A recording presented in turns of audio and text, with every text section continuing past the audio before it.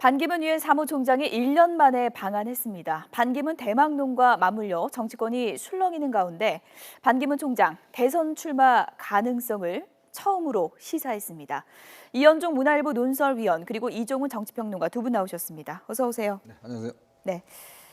반기문 유엔 사무총장 한국에 도착하자마자 대권 도전 관련 질문을 받았습니다. 이번에 속내를 좀 드러내는데요. 주제부터 보시죠.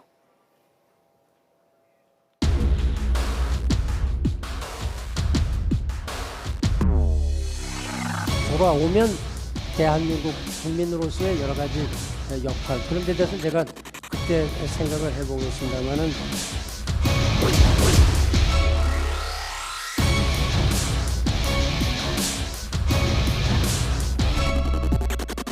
유엔 사무총장을 배출한 국가로서 자존심 같은 게 있지 않습니까? 유엔 결의문의 그런 정신이 지켜지는 것은 바람직하다고 보고요.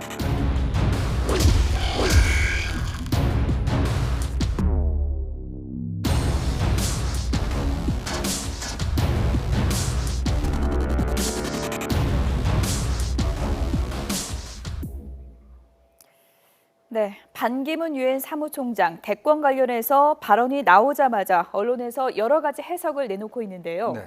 대망론에 스스로 불을 지폈다 이런 표현도 있더라고요. 네. 어떻게 보십니까? 일단 오늘 날짜로 해서 반기문 유엔 사무총장의 대권 문제는 이제 변수가 아니고 상수가 된 것 같습니다. 예. 결국 이제 무조건 출마한다. 그렇죠. 예상보다 예. 상당히 좀 본인의 입장들을 솔직하게 토로를 한 것 같아요. 국민으로서의 역할을 찾겠다. 그리고 또 현실 정치에 대해서 너무 분열돼 있다. 여기서 뭔가 통합이 필요하다. 즉 자신이 내년에 대선에 나왔을 때 그 대선의 캐치프레이즈를 뭘 할 것인가라는 것도 사실 통합의 이미지 이걸 강조를 했거든요. 그렇다 본다면 아마 반기문 사무총장의 행보가 상당히 빨라지지 않을까 저는 그렇게 예상을 해봅니다. 뭐 이 정도면 거의 출마 선언 아닙니까? 그러니까 또 더군다나 반기문 사무총장입니다. 예. 그러니까 외교적인 언사로 굉장히 유명하시잖아요. 그래서 사실은 어느 쪽에도 좀 걸리지 않게끔 좀 교묘하게 이렇게 표현을 외교적 언사를 이제 표현을 쓰시면서 사실은 그러다 보니 이제 반반이다. 모든 게 반반이다라는 그런 얘기까지 나오고 있는 상황인데 오늘은 아주 명확하게 이야기를 하셨단 말이죠. 그러니까 본인은 통합 대통령이 되겠다. 그 얘기를 하셨어요. 근데 거기에 사실 굉장히 중요한 메시지가 저는 담겨 있다고 봅니다. 왜 통합을 굳이 강조했을까? 나는 친박 후보가 아니다. 친박 후보가 될 생각이 없고 좀 더 포괄적인 그런 정치를 하고 싶다라는 의지도 함께 오늘 피력을 한 것이 아닌가 저는 그렇게 생각을 합니다. 네. 두 분 다 사실상 오늘 대권 도전 선언한 것이다. 이렇게 이제 분석을 해주셨는데요. 오늘 나왔던 발언 어떤 내용인지 함께 들어보시죠. 제가 이제 7개월 후에 퇴임을 하면은 무엇을 할 것이냐, 여기에 대한 질문들을 한국 내에서만 받는 게 아니라 많은 국가의 정상들이 저한테 많이 물어봅니다. 그러면서 이분들이 어디서 알았는지, 전부 다 신문을 봤는지, 자기들이 가서 뭐 많이 도와주겠다, 이렇게까지 농담하는 사람들이 많습니다. 내가 가 선거운동 해줄게, 뭐 이런 식으로까지 얘기하는 사람들이 있는데, 그게 지금 저 국제사회에 너무 퍼지니까, 제가 입장이 좀 난처해지는 수가 많습니다. 저는 어디까지나 유엔 사무총장이다. 물론 제가 돌아오면 대한민국 국민으로서의 여러 가지 역할, 그런 데 대해서는 제가 그때 생각을 해보겠습니다만은. 네. 저 얘기를 듣고 현장에서 기자들이 예상했던 것보다 직접적인 표현들이 상당히 많이 나왔다라고 얘기를 했다고 하고요. 들어보니까 선거운동 해주겠다는 사람도 있었다고 하네요. 예. 사실 오늘 그 모임, 관음클럽 모임 자체도 구성된 것도 보면 저게 상당히 이제 시사하는 바가 큽니다. 왜냐하면 언론인들을 직접 저렇게 몇 명을 만나서 대화하는 형식으로 이야기하겠다는 것은 뭔가 좀 속내를 이야기하겠다는 그런 신호였거든요. 그렇기 때문에 이제 이번 모임에서 뭔가 밝히겠구나 이런 입장들이 좀 예상이 됐었고요. 그리고 보면 이제는 본인 시간이 사실 없습니다. 원래 연말에 끝나고 내년에 오면은 내년 보통 한 6월, 7월에 8월 정도에 이제 새누리당 대권 후보가 결정이 됩니다. 그러면 당에 와서 일할 수 있는 시간이 한 6개월, 7개월밖에 안 돼요. 짧기 때문에 지금 뭐 원희룡 지사도 그런 이야기 했지만 시간적으로 너무 짧다라는 이야기 했지만 본인의 이미지, 당을 또 장악을 해야 되지 않겠습니까? 그러려면 굉장히 촉박합니다. 그래서 아마 제가 볼 때는 오늘 상당히 더 명확한 이야기를 해준 것이 아닌가. 즉 이제는 저렇게 했기 때문에 이제 당내에서는 친박들이 본격적인 정지 작업을 아마 시작하겠죠. 네, 조금 전에 대통합이라는 키워드를 말씀해 주시면서 이 얘기는 나는 친박 후보가 아니다라는 점을 강조한 거라고 하셨는데 그 네. 부분 다시 한번 좀 정리해 주실까요? 예. 그러니까 이제 최근 들어서 반기문 그 사무총장은 결국은 친박 후보가 될 거다. 예. 야권에서 그렇게 지금 사실은 네이밍을 지금 해버린 상태거든요. 예. 그런데 과연 친박 후보로 나오는 것이 본인의 그 대권 본선 당선에 도움이 될까요? 절대 그렇게 생각을 안 할 겁니다. 지난 총선 결과도 이제 우리가 다 봐서 알지만 네. 상당히 부담이 따르는 거죠. 그래서 그거보다는 조금 더 범위를 넓혀서 사실은 이제 가능하면 여야의 다 지지를 받는 대통령이 되면 좋겠으나 예. 뭐 그것은 현실적으로 불가능한 것이고 그러나 적어도 친박 후보라고 하는 그 네이밍은 적어도 털고 가야 된다라는 생각을 굉장히 했을 거라고 생각을 하고요. 오늘 발언 그 내용을 보셔서 알지만 반기문 사무총장이 그동안에 말씀하고는 굉장히 결이 다릅니다. 예. 그러니까 사실은 예상보다 훨씬 셌죠. 기자들도 아마 깜짝 놀랐을 겁니다. 저희 전문가들도 지금 깜짝 놀랐거든요. 이런 정도까지는 아니었는데 너무나 명확하게 지금 이제 대권 도전 의지를 이제 밝히셨고 네. 실제로 대권 행보를 이제부터 시작하신 거로 봐야 되겠습니다. 네. 그동안 이 자리에 답변을 두고 얼마나 혼자 고민을 많이 했겠습니까? 네. 그런데 핵심 키워드로 대통합을 내세웠다는 건 어떤 의미가 있을까요? 그러니까 아무래도 이제 우리 사회가 이제 빈부격차라든지 또 격차 사회 이런 걸 해서 사실은 내년 대선의 중요한 화두가 어떻게 하면 이 격차를 좀 줄일 수 있겠는가 예. 이게 문제지 않습니까? 이번 총선을 통해서도 사실은 청년 실업이라든지 빈부격차라든지 지금 국제적으로 사실 그게 항상 선거 쟁점이 되고 있거든요. 예. 미국 선거도 마찬가지지만 유럽 선거도 그렇고 모든 사회가 지금 보면은 뭔가 어떤 빈부격차 문제가 상당히 화두가 되고 있습니다. 이제 그런 측면에서 본인이 이제 뭔가 사회적 통합을 이야기를 하겠다라고 이야기를 했는데 문제는 그런 것 같습니다. 지금 이 통합을 과연 그러면 말로 이뤄내는 게 아니지 않습니까? 그러면 통합을 어떻게 이뤄낼 것인가? 예. 즉 그거에 대한 이제 비전을 밝혀야 되는데 근데 그것이 과연 친박의 후보로서 이런 통합을 할 것인가라는 것도 아까 정책 한계가 있다고 말씀했죠. 예. 즉 새누리당이 정말 똘똘 뭉쳐서 해도 사실 모자랄 판인데 문제는 지금은 이제 친박의 후보가 되는 그런 프레임으로 가게 되면 상당히 불리할 것이다. 오히려 이런 것 자체가 이런 프레임 자체가 상당히 불리할 수 있지 않는가 저는 그런 예상도 해봅니다. 두 분 다 이렇게까지 얘기할 줄은 몰랐다라고 이제 말씀을 하셨는데 네. 이 발언 듣고 많은 정치인들이 오늘 밤잠을 못 이룰 수도 있을 것 같습니다. 오늘 그 관련 화면 보셨지만 여권 인사들은 제주로 막 달려갔고요. 야권에서는 지금 견제가 상당히 심해지고 있습니다. 박원순 서울시장 이런 얘기를 했는데요. 함께 들어보시죠. 뭐 사실 우리로서는 유엔 사무총장을 배출한 국가로서 예. 어떤 자존심 같은 게 있지 않습니까? 예. 그렇다면 유엔 결의문의 그런 정신이 뭐 지켜지는 것은 바람직하다고 보고요. 예. 뭐 나머지 문제는 뭐 법적 검토라든지 또 어떤 국민의 여론이 뭐 좌우하지 않을까 싶습니다. 그리고 본인의 결단이 필요하겠죠. 네, 지금 박원순 서울시장이 언급한 유엔 결의문 뭐 처음 나온 얘기는 아니지만 이 얘기가 박원순 서울시장 입에서 나왔다는 점이 굉장히 의미심장한 것 같습니다. 어떻게 봐야 될까요? 그러니까 뭐 사실은 견제성 발언 아닙니까? 예. 누가 보더라도. 네. 그런데 잘 생각하셔야 됩니다. 지금 나머지 대권 주자들도 아마 비슷한 생각들을 가지고 있을 거예요. 그러니까 굉장히 긴장을 하면서 어떻게 하면 좀 반기문 사무총장을 조금 좀 깎아내릴까라고 하는 식의 생각을 할 수도 있는데 이 네거티브 전략 절대로 불리합니다. 예. 그러니까 사실은 국민의 눈높이가요. 이제는 반기문 사무총장급으로 높아졌다라고 하는 것을 우리가 눈여겨봐야 됩니다. 예. 그러니까 반기문 사무총장 정도면 어찌됐건 글로벌 리더급이거든요.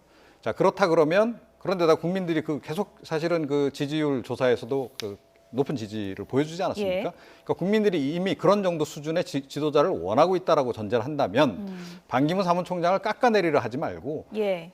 자신이 반기문 사무총장보다 어떤 면에서 어떤 장점이 있는가를 부각시키는데 오히려 노력을 기울이는 것이 훨씬 더 좋다. 네거티브로 가는 건 좋지 않다. 그렇죠. 이렇게 포지티브도 보시는 이제 그런 식의 거군요. 예. 포지티브를 해서 국민들에게 반기문 사무총장보다 저는 이런 게 훨씬 더 낫습니다라고 호소하는 것이 훨씬 더 좋은 선거 전략이 될 것이라고 예. 생각합니다. 원희룡 제주지사 오늘 반기문 총장 만나서 반갑게 웃고 있는 그런 모습도 포착이 됐습니다마는 언론에는 이런 얘기했어요. 국정 고민하기에는 좀 시간이 짧다. 그렇죠. 네. 이런 견제 발언을 했습니다. 지금 이제 사실은 새누리당의 차기 주자들 지금 보면은 뭐 남경필 지사라든지 예. 원희룡 지사라든지 사실 이제 김무성 대표라든지 이런 분들의 지금 상당히 지금 마음이 지금 굉장히 급해진 거예요. 왜냐하면 이게 조기에 사실 대세론이 이제 형성해 버리면 움직일 수 있는 공간이 없거든요. 예. 그러니까 그 어떻게 하든지 간에 이걸 대세론을 좀 저지를 해야 됩니다. 이제 그런 차원에서 아마 이제 원희룡 지사가 이제 좀 견제성 이야기를 한 것 같아요. 왜냐하면 예. 아까 현실적으로 올해 연말에 임기 끝나고 와서 내년에 하기에는 굉장히 시간이 촉박하다. 예. 그리고 남경필 지사도 지금 뭔가 좀 뛰고 있지 않습니까? 이런 점들을 좀 부각시키면서 나름대로 좀 대립각을 좀 형성해 보겠다는 그런 취지의 발언인 것 같습니다. 예, 박지원 국민의당 원내대표는 이런저런 견제구를 많이 날리는데 반기문 총장이 뭐 결국 친박의 후보가 될 것이다 이런 얘기를 하더니 오늘은 또 이런 얘기를 했어요. 문재인 전 대표가 반기문이 두려워서 자기에게 당권을 안 내줬었다 네. 이런 얘기를 했습니다. 그러니까 반기문을 예. 활용해서 문재인을 비판하는 거죠. 이제 그런 격이 돼버렸는데, 그러니까 사실은 이제 박지원 원내대표가 그 과거에 그 문재인 전 대표하고 전당대회에서 1, 2위로 운명이 좀 갈리지 않았습니까? 아주 근소한 차이로.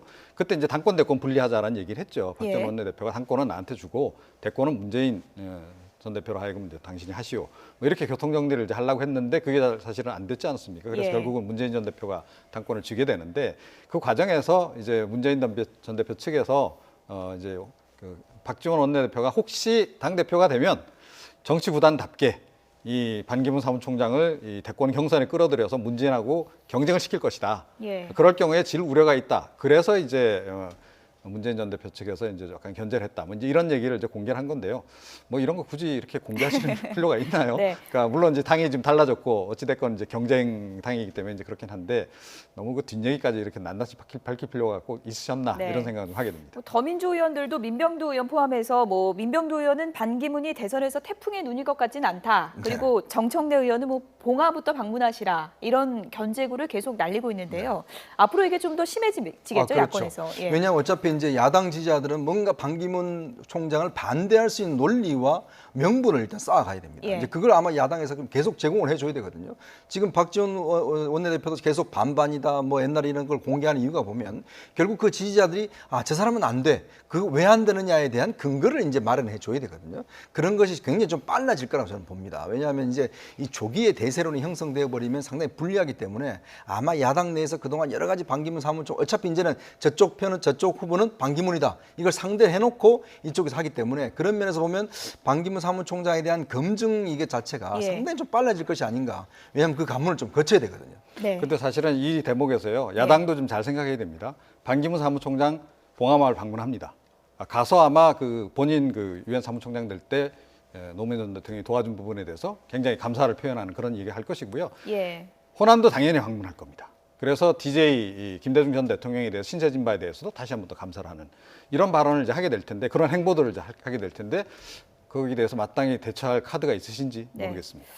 오늘 반기문 유엔 사무총장의 발언으로 앞으로의 또 6일간의 행보가 더 큰 관심을 모으지 않을까 그런 생각이 듭니다. 새누리당 정진석 원내대표 조금 전에 보신 것처럼 제주로 오늘 갔었는데요. 어제 좀 당 내분이 수습 국면으로 가나 싶었는데 아닌 것 같기도 합니다. 주제와 함께 보시죠.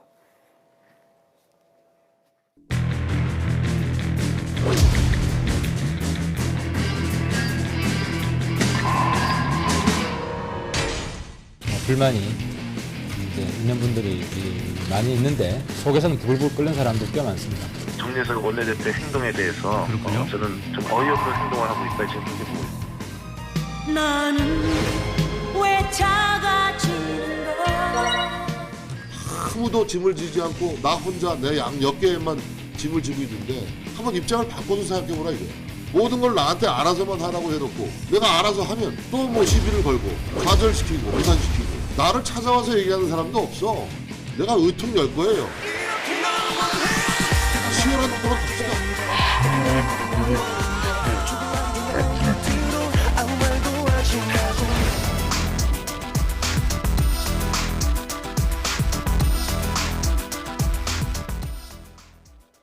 네. 정진석 원내대표 많이 억울한 모양입니다. 찾아오는 사람도 없다고 하네요.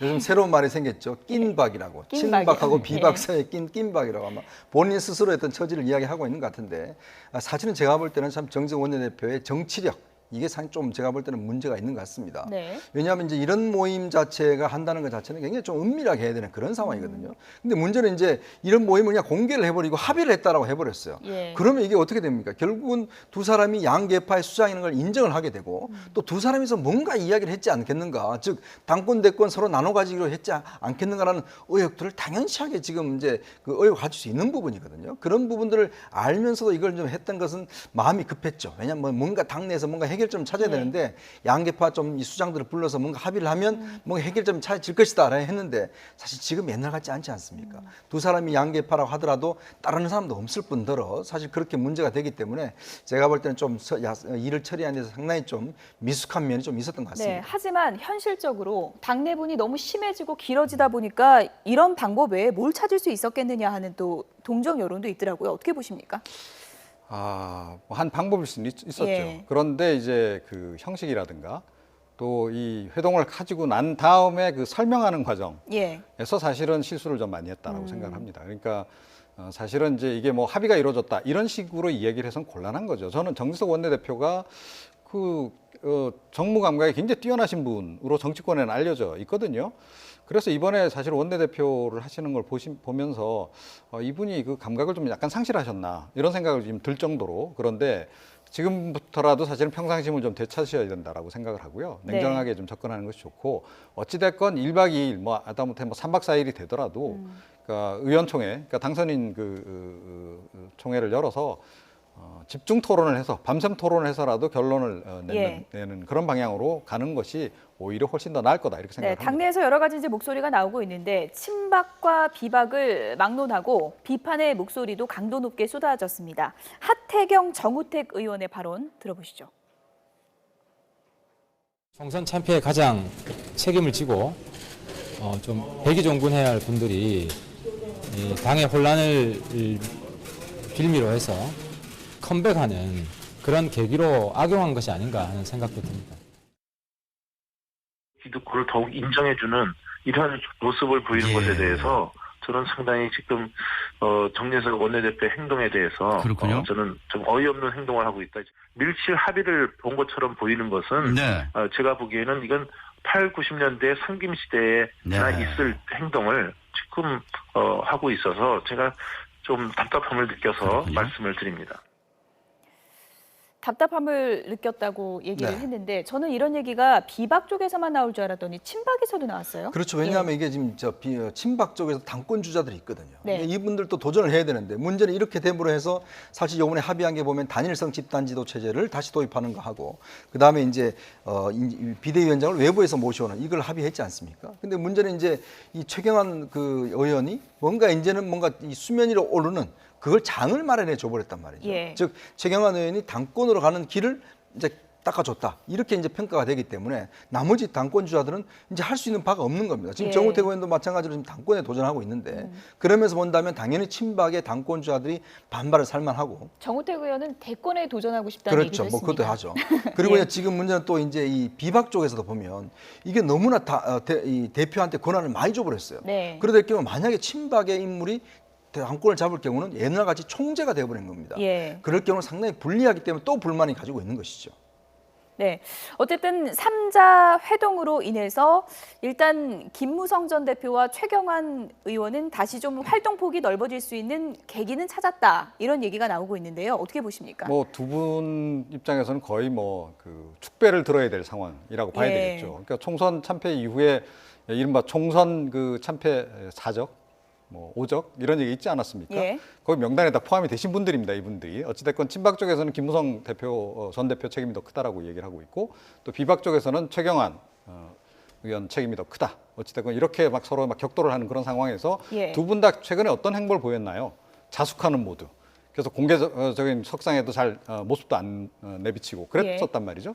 그런데 사실은 어제 결국은 그 3자 회동을 통해서 이분들이 사실상 친박 비박의 실세라고 하는 것을 그대로 그냥 어떻게 보면 인증을 해줘 버린 셈이 돼버렸다는 거죠.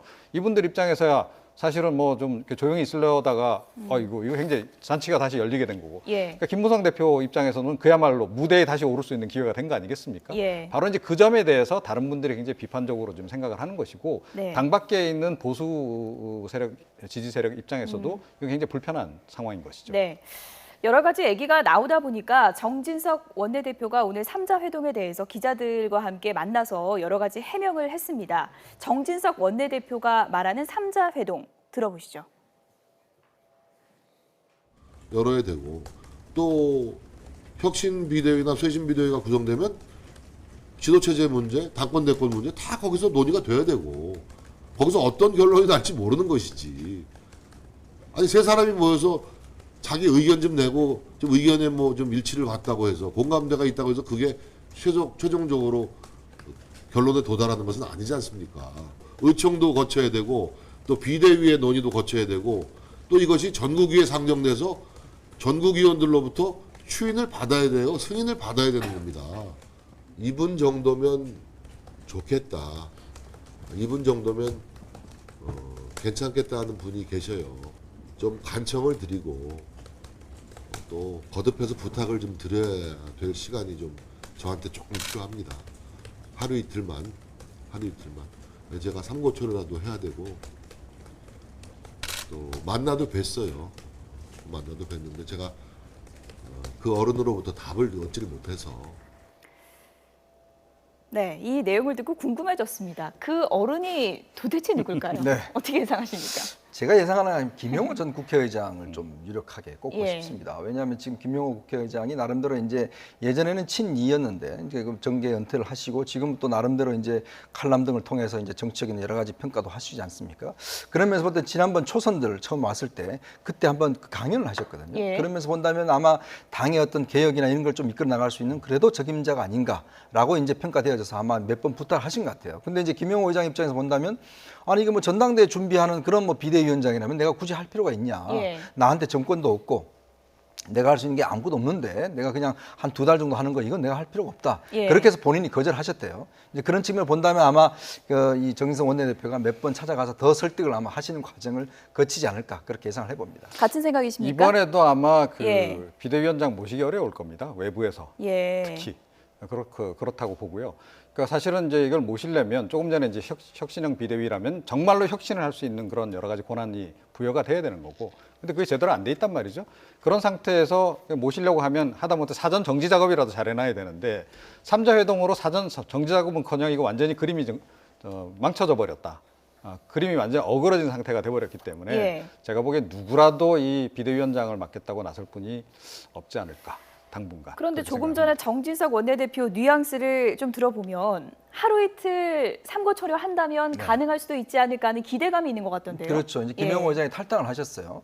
그래서 이제 외부 인사라고 하는 건데 아무래도 이제 김용호 의장 입장에 볼 때도 당이 이렇게 무너져 가는데 과연 그냥 지켜만 보고 있을 것인가. 예. 그래도 내가 뭔가를 해서 해야 될 것인가. 이제 그런 어떤 진정성에 좀 이제 설득을 하겠다는 것이죠. 그러니까 또 이제 한번 거절하셨지만은 그러나 또 몇 번씩 요청을 드리면 당이 좀 그래도 다시금 세우는데 원로들이 좀 힘이 필요하다. 이런 예. 것들을 이해해서 이제 정석 원내대표가 이제 거듭 아마 삼고초를 할 것 같습니다. 이제 그렇다 본다면 김용호 의장도 결국 뭐 본인이 마지막 당을 위해서라면 뭐 거절할 명분은 크게 없지 않을까라는 또 예상도 해봅니다. 예, 결국은 중요한 게 당권 아니겠습니까? 그래서 어제 3자 회동을 두고 김무성 전 대표 대권, 최경환 의원 당권 이런 미략이 있었던 게 아니냐는 시각이 있었는데요. 가능성이 좀 높아 보이지 않습니까? 어떻게 보십니까? 마음속 미략이었겠죠. 예. 그러니까 마음속으로는 그런 식으로 이제 주고받았을 가능성은 상당히 있다. 이렇게 좀 생각은 하는데요.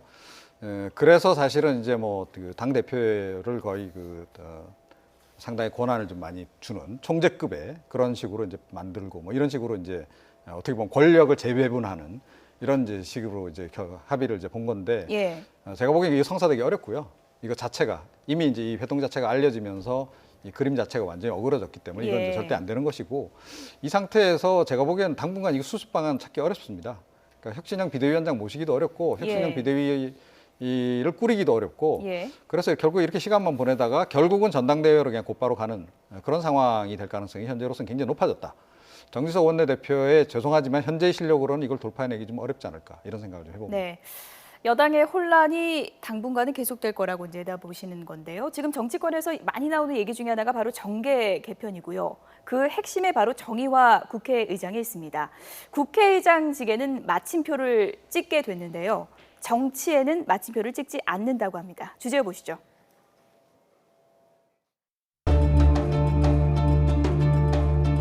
존경하는 국민 여러분, 이제 저는 국회를 떠나지만 낡은 정치 질서를 타파하고 새로운 정치 질서를 열어가는 길에 작은 비랄이 되고자 합니다.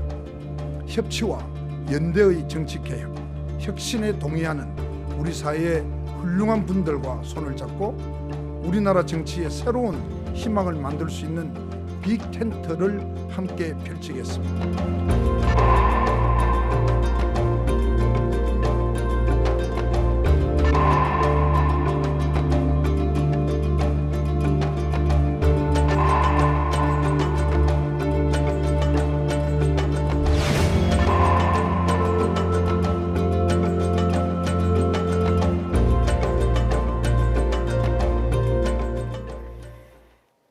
네, 중도 세력 빅텐트라는 표현이 나왔습니다. 네. 이 빅텐트가 형성이 되면 누가 올 수 있는 겁니까? 이 참 말은 좋습니다. 빅텐트, 예. 중도, 그다음에 중간지대 말은 좋은데 근데 결국은 한편으로 또 뒤집어 보면 결국은 이것도 저것도 아니다라고 또 이야기할 수가 있거든요. 예. 결국 우리의 그동안 대선 국면에 보면 양측에 결국은 이제 갈라져서 양측의 어떤 양당 대결로 가는 것이 이제 어떤 상례였는데 문제는 이제 이번 총선을 계기로 해서 제3지대의 어떤 가능성이 엿보지 않습니까? 예. 그런 측면에서 본다면 아마 새누리당의 앞으로의 내부 분열을 좀 보는 것 같습니다. 지금 뭐 반기문 사무총장도 이제 만약에 들어온다고 한다면 친박들이 반기문 사무총장 중심으로 똘똘 뭉친다면 예. 그러면 나머지 비박들은 설 수 있는 자리가 없거든요. 예. 그러면 이 부분들을 어떻게 할 것이냐의 문제.